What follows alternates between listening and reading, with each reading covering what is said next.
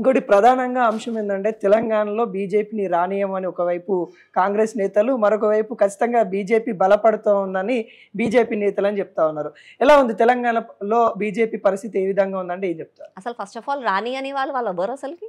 Congress party బలంగా అసలు వాళ్ళు ఎవరు? తెలంగాణ అందరిది, మాది తెలంగాణ, వాళ్ళది కూడా తెలంగాణ. అంతేగాని మేము రానియం, మేము కాలు పెట్టడము అని అంటే వాళ్ళెవరండి చెప్పడానికి ఫస్ట్ ఆఫ్ ఆల్. అండ్ ఇంకొకటి రేవంత్ రెడ్డి గారు అన్నాడు, ఈ వాక్యాలు రేవంత్ రెడ్డి గారు చేసింది. ఆయన అంతకుముందు కూడా అహంకారంతో కేసీఆర్ కేటీఆర్ మాట్లాడిన మాటలకు ప్రజలు బుద్ధి చెప్పారు. ఈరోజు వాళ్ళ పరిస్థితి ఏంది? భూస్థాపితం అయిపోయింది వాళ్ళ పార్టీ. ఒకరేమో ఫామ్ హౌస్కి, ఒకరేమో నేనున్నా అక్కా చెల్లెలు కొట్లాడుకోవడమే సరిపోతుంది. కానీ వాళ్ళకి ఎలాంటి కూడా అస్తిత్వం అంటే మొత్తానికి కూడా కోల్పోయారు. అలాగే రేవంత్ రెడ్డి గారు కూడా ఏదో అదృష్టం కొద్దో లేకపోతే దురదృష్టం శాతం, మన తెలంగాణ ప్రజల దురదృష్టం శాతం అతను సీఎం అయ్యిండ్రు. సీఎం అయినాక ప్రజలకు న్యాయం చేస్తే బాగుంటుంది. కానీ ఈ పిచ్చి పిచ్చి మాటలు మాట్లాడడం మానుకోవాలి.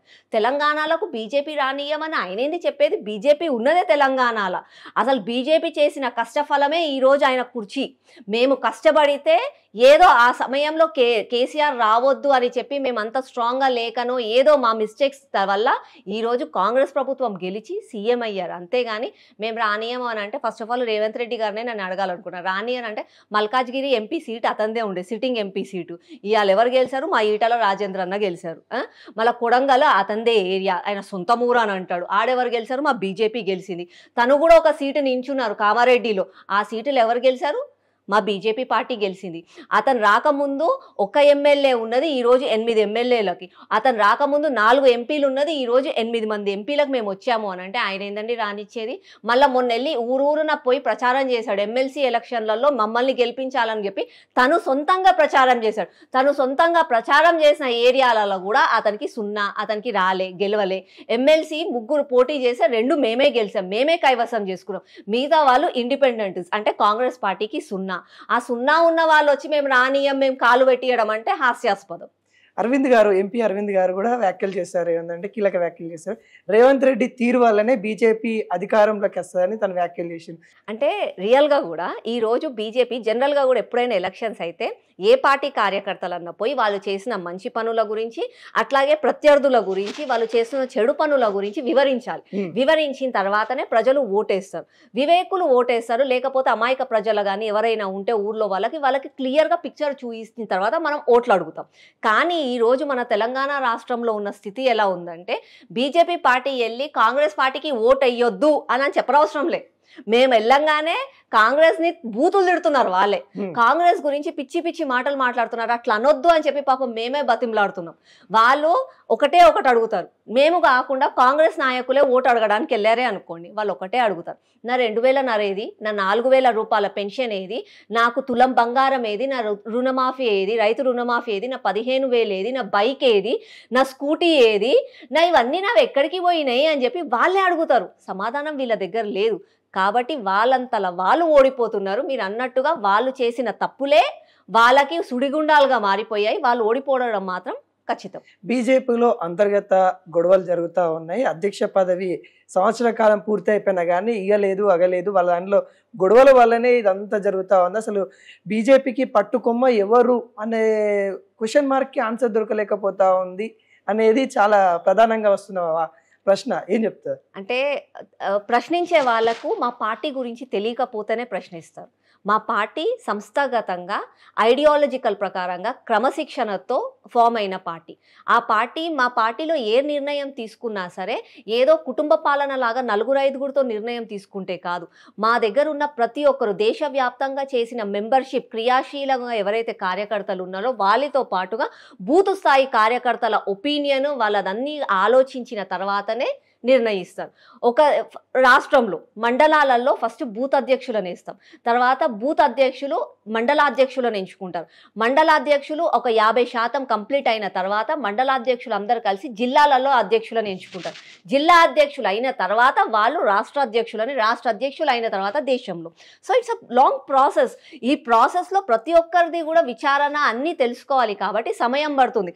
అంతేగాని అనేవాళ్ళు ఏం మాట్లాడతారు? ఫర్ ఎగ్జాంపుల్ కాంగ్రెస్ వాళ్ళే అనాలనుకోండి, వాళ్ళ ప్రెసిడెంట్ని ఎంచుకోవాలంటే ఎవరండి మాట్లాడేది? సోనియా గాంధీ, రాహుల్ గాంధీ, ప్రియాంక గాంధీ, గింతే. అదే ఫర్ ఎగ్జాంపుల్ బీఆర్ఎస్లో అనుకోండి, కేసీఆర్, కేటీఆర్, హరీష్ రావు, కవిత, ఇంతే. వాళ్ళు మహా అంటే 4-5 లెక్క పెడితే 6 మంది ఉంటారేమో కష్టంగా. కానీ మేము అట్లా కాదు కదండి, మేము కోట్ల జనాభాలో ఉన్న మెంబర్షిప్ ఉన్నాం మా దాంట్లో. కాబట్టి మేము అందరినీ ఆశ్రయించి అందరితో మాట్లాడి వాళ్ళ విచారణలు అన్నీ తెలుసుకొని ఒపీనియన్స్ తెలుసుకున్న తర్వాతనే అవుతాయి. కాబట్టి ప్రాసెస్ అన్నది లేట్ అవుతుంది. బండి సంజయ్ గారి గురించి కూడా కీలక ట్రోలింగ్ అయితే జరుగుతూ ఉంది. తను ఒక ఎంపీ స్థాయిలో ఉండి మాట్లాడడానికి పాస్ అని చెప్పడం కానీ, లేకుంటే తను వేరే వాళ్ళ మీద వ్యాఖ్యలు చేసే విధానం కానీ, తను ఒక్కని వల్ల బీజేపీ కొద్దిగా ఇబ్బంది పడే ఛాన్సెస్ ఉన్నాయని కూడా ప్రధానంగా ఆరోపణ వస్తాం.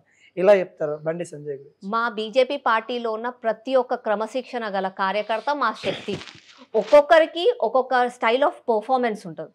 ఒకరు మాట మంచిగా మాట్లాడతారు, ఒకరు దూకుడుతో ప్రభావిస్తారు, ఒకరు చాలా నిశ్శబ్దంగా నిశాంతంగా చాలా అందరినీ కలుపుకుంటూ ముందుకెళ్తారు. ఒక్కొక్కరికి ఒక్కొక్క క్వాలిటీ ఉంటుంది. వీళ్ళందరూ కలిస్తేనే బీజేపీ. అంతేగాని బీజేపీలో ఒకరు చేశారు కాబట్టి బీజేపీకి తప్పు పేరు వచ్చింది అన్నది మాత్రం అసత్యం. కేంద్ర మంత్రిగా ఉన్నాడు కదా, తను మాట్లాడాలి కదా. మన తెలంగాణ నుండి ఒక మంత్రి స్థాయిలో కేంద్ర స్థాయిలో ఉన్నప్పుడు మాట్లాడే అవకాశం వచ్చినప్పుడు మాట్లాడకుండా ఉండకపోవడం తెలంగాణ ప్రజల్ని అవమానించినట్టే అన్నట్టు తీరుగా కనిపిస్తుంది. జనరల్గా కూడా చెప్పాలంటే మన రాష్ట్రంలో, మన తెలంగాణ రాష్ట్రంలో కేసీఆర్ ప్రభుత్వం ఉన్నప్పటి నుంచి ఇప్పటి వరకు కూడా ఏ సమస్యనైనా ఫస్ట్ స్పందించేది మా బండి సంజయ్ అన్న గారే.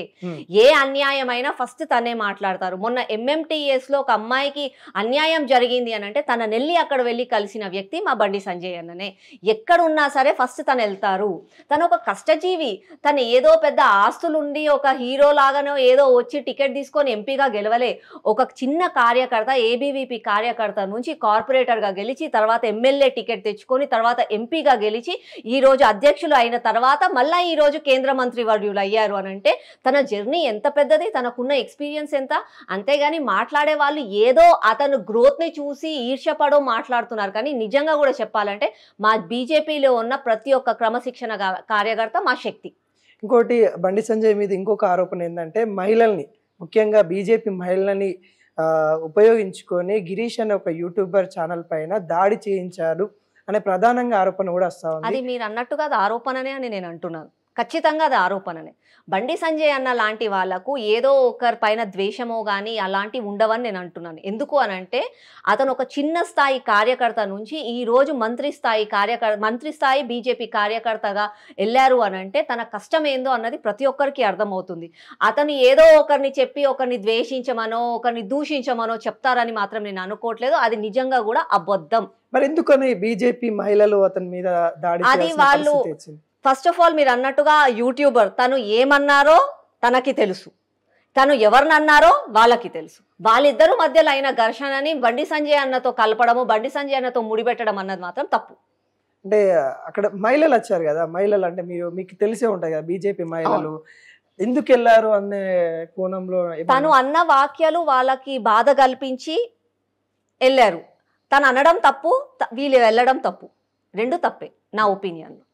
ఆ యూట్యూబర్ ఎవరైతే ఏమైనా కొన్ని మాటలు అన్నారో రాష్ట్ర అధ్యక్షుల గురించే గానీ లేకపోతే రాష్ట్రంలో ఉన్న కొంతమంది నేను అదే చెప్తున్నాను. ఒకవేళ నువ్వు బీజేపీ కార్యకర్తవి అయితే నువ్వు ఇంకొక కార్యకర్తని దూషిస్తున్నావు అని అంటే పరువు బీజేపీదే పోతుంది. అక్కడ నీకేమన్నా ఉంటే నీ ఇంట్లో మాట్లాడుకో, 4 గోడల మధ్యలో మాట్లాడుకో.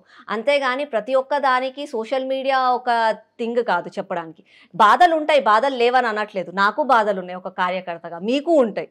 మీ ఆఫీస్లోనే మీకు బాధలు ఉంటాయి. మీరు ఎదుగుతుంటే మీరు కాళ్ళు పట్టుకొని గుంజే వాళ్ళు చాలా మంది ఉంటారు. It's a common thing. అంటే ప్రధానంగా ఏంటంటే నా అనుకున్న బీజేపీలో నష్టపరుస్తుంటే నేను ప్రశ్నిస్తా అని చెప్తా ఉన్నాడు కదా.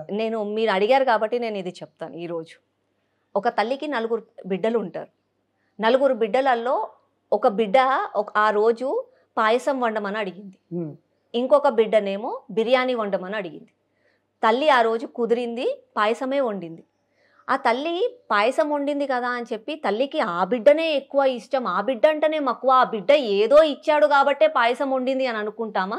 లేదంటే కొంచెం ఓపిక సహనంతో అమ్మ ఇంకో 2-3 రోజులు అయినాక నా బిర్యానీ కూడా వండుతుందేమో, ఎందుకంటే తల్లికి 4 బిడ్డలు సమానమే అని చెప్పి ఆలోచిస్తామా? ఆ రోజు తల్లి పాయసం వండింది కదా అని చెప్పి తల్లిని పోయి దాడి చేస్తామా? ఆ బిడ్డని పోయి కొడతామా? మనం చెయ్యం కదా. So it's a give and take relationship. మనం ఒక కుటుంబంలో ఉన్నాం, చాలా పెద్ద కుటుంబం మాది. బీజేపీ ఒక సముద్రం లాంటిది. ఇట్లాంటి ఆ సముద్రంలో ప్రతి ఒక్క క్వాలిటీ ఉన్న వాళ్ళు ఉంటారు. ఇంట్లో నలుగురు ఉంటేనే ఇవాళ రేపు ఒక మాట మీద ఉండట్లేదు. అట్లాంటిది కోట్ల జనాభాతోటి మేము ఉన్న మెంబర్స్ మేమందరం ఒక్క దగ్గర ఎలా ఉంటాం, ఒక్క తాటి పైన ఎలా ఉంటాం. కాబట్టి ఓపిక సహనం అన్నది ప్రతి ఒక్కరికి కూడా అవసరము. అండ్ ఇంకా తను చెప్తున్నట్టుగా తను చాలా ఓల్డ్ కార్యకర్త, చాలా ఎక్స్పీరియన్స్ ఉన్న కార్యకర్త. అట్లాంటి కార్యకర్త మాలాంటి వాళ్ళకి చెప్పాలి. అట్లాంటి కార్యకర్త తను అలా ఎందుకు మాట్లాడాడో మనకు తెలియదు, అది వాళ్ళ పర్సనల్ విషయం. వీళ్ళెళ్ళి ఎందుకు చేశారో అది కూడా మనకు తెలియదు, చూడడం వరకే మనకు తెలుసు. కాబట్టి ఇంకెక్కువగా కూడా మనం దాన్ని కమెంట్ చేయలేము. కానీ అందులో మాత్రం ఖచ్చితంగా ఏ ఒక్క నాయకుడిది సంబంధం ఉండదు, వాళ్ళ చెయ్యి అందులో ఉండదు. ఆ ఈదర్ వేస్ ఏదో అయ్యిందచ్చు అనుకుంటా, కానీ ఏదో బండి సంజయ్ అన్న గారు చెప్తేనే అట్లా అయింది అన్నది మాత్రం అసత్యం. తెలంగాణ బీజేపీ అధ్యక్షులు ఎవరు ఫైనల్ కంటే ఏం చెప్తారు? మాకు ఎవరి అధ్యక్షులైనా మా పని మేము చేస్తూ పోతూనే ఉండాలి. పనిలో వేరియేషన్ ఉండొచ్చు. అంటే ఒకవేళ ఒక అధ్యక్షుడు, ఫర్ ఎగ్జాంపుల్ మొన్నటి వరకు బండి సంజయ్ అన్న గారు ఉన్నారు. బండి సంజయ్ అన్న గారు దూకుడు మనిషి, చాలా ఫాస్ట్గా అగ్రెసివ్గా పని చేయమంటాడు. ఆ వర్కింగ్ స్టైల్లో డిఫరెన్స్. అదే ఇప్పుడు కిషన్ రెడ్డి గారు ఉన్నారు, చాలా సౌమ్యులు, చాలా నిదానంగా మెల్లిగా పని చేయాలని చెప్తారు. ఈయనది ఒక స్టైల్. ఎక్కడైనా సరే దూకుడుగా అయినా సరే, సౌమ్యంగా అయినా సరే, పని చేయడం మాత్రం మా కార్యకర్తల బాధ్యత. కాబట్టి ఎవరైనా మాకు ఒకటే, ఎవరు పని చెప్పినా చేయడం వరకే మా బాధ్యత.